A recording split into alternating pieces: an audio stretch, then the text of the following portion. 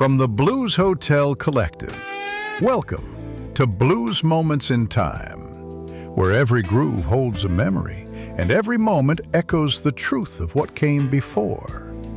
Today, we rewind the reel, trace the footsteps, and revisit the chapters that shaped the blues. Here is our host, Kelvin Huggins.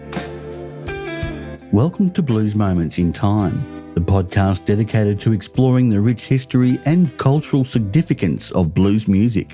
Today, we're focusing on the events that shaped the blues on January 28. So let's start with the cultural landscape.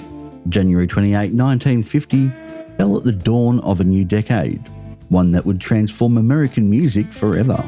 While India was celebrating the inauguration of its Supreme Court, marking 2 years since independence, America was settling into what folks would later call the golden age of prosperity. But beneath that shiny surface, something raw and real was brewing in smoky clubs from Chicago's South Side to the streets of Memphis. See, 1950 was the year Sam Phillips opened up his Memphis recording studios on Union Avenue. His mission? Record anything, anytime, anywhere. That open door policy would capture some of the most authentic blues ever committed to tape.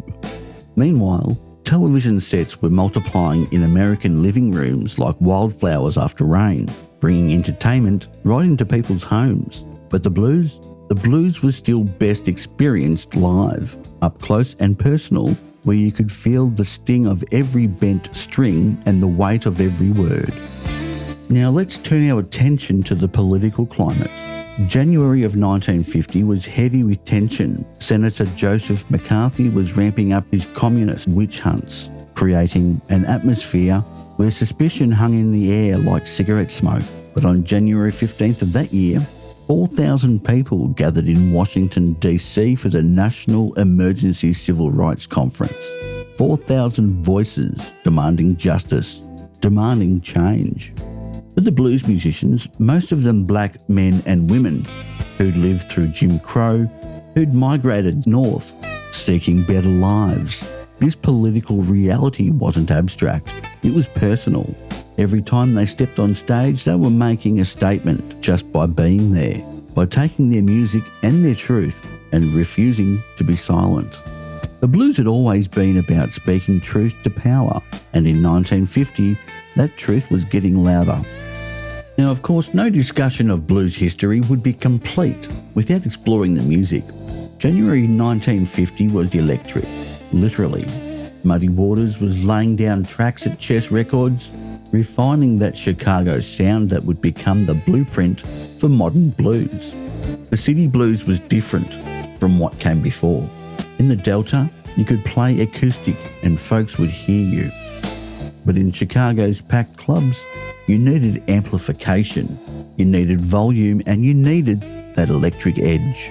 Little Walter was revolutionising the harmonica, cupping it in his hands with the microphone, running it through an amp and creating sound nobody had heard before. The Chess brothers, Leonard and Phil, were capturing all of it, building a catalogue that would influence everyone from Howlin' Wolf to the Rolling Stones. And down in Memphis, Sam Phillips was just getting started on a journey that would eventually lead him to discover Elvis and bridge the gap between blues and rock and roll. The groundwork for a musical revolution that was being laid, one session at a time. January 28 has also marked the beginning of life for some incredible blues musicians. Luke Jordan came into the world on January 28, 1892, somewhere in the West Virginia region. Sources differ on the exact spot, but what matters is the music that he made. Luke was a Piedmont bluesman, and if you know your blues geography, you know that Piedmont style is different from Delta blues. Where Delta blues could be harsh and driving, Piedmont had a certain elegance to it, a finger-picking style that danced rather than stomped.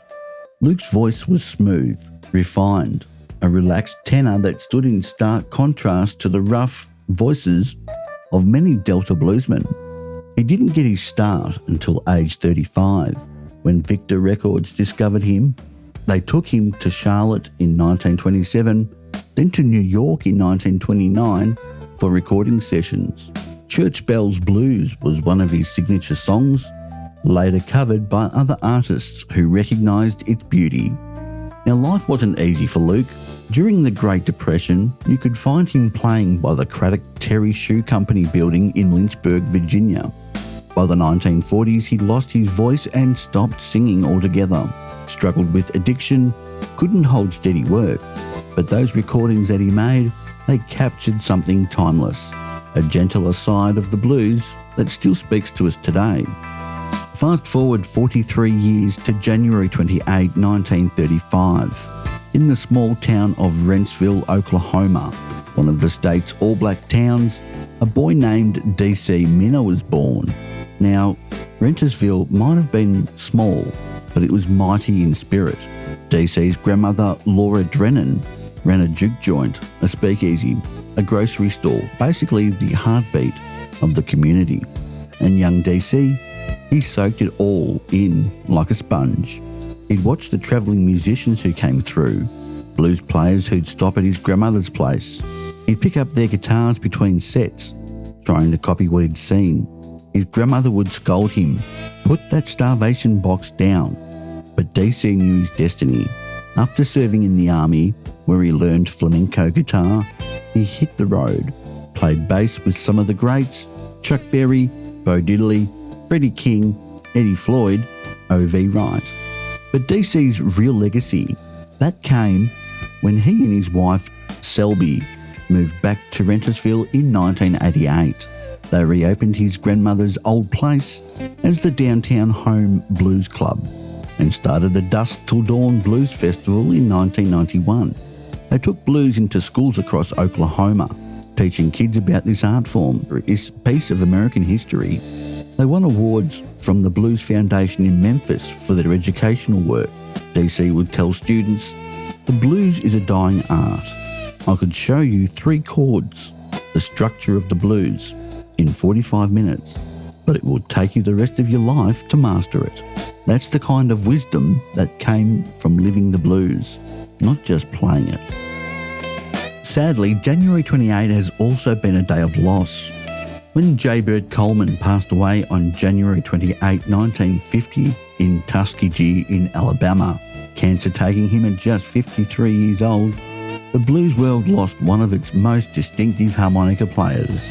Born Burl C. Coleman back in 1896 in Gainesville, Alabama. J-Bird came up with the sharecropping system, the brutal arrangement that kept so many black families trapped in poverty after slavery ended. But music was his way out.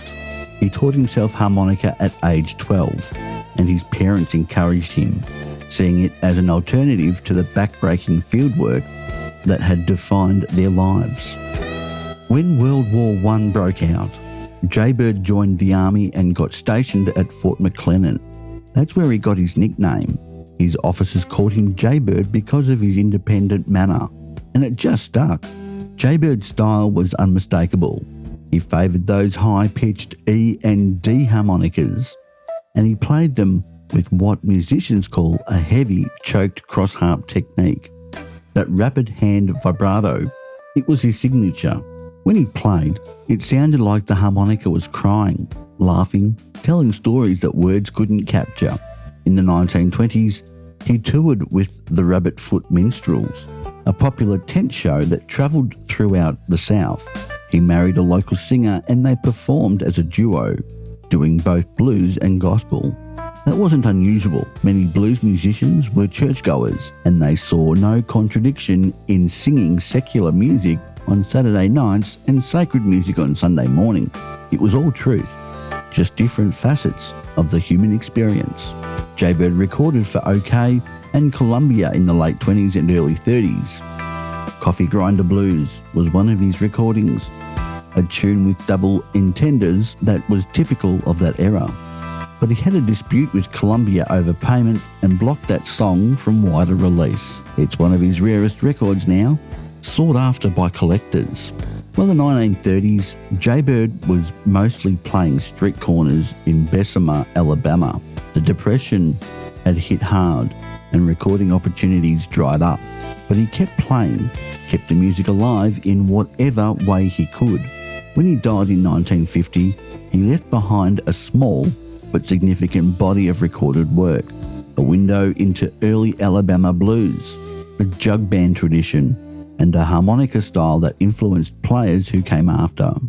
The thing about January 28 is that it reminds us that the blues is a continuum. Luke Jordan, born in 1892, J-Bird Coleman, dying in 1950, D.C. Minna, born in 1935. Different generations, different styles, but all connected by this music that emerged from struggle and transformed into art. Each one picked up the torch and carried it forward, sometimes for fame, sometimes for just the love of the sound, sometimes to keep their community spirit alive. And that's all the time we have for today's episode of Blues Moments in Time. Join us next time as we continue to explore the fascinating history of the blues.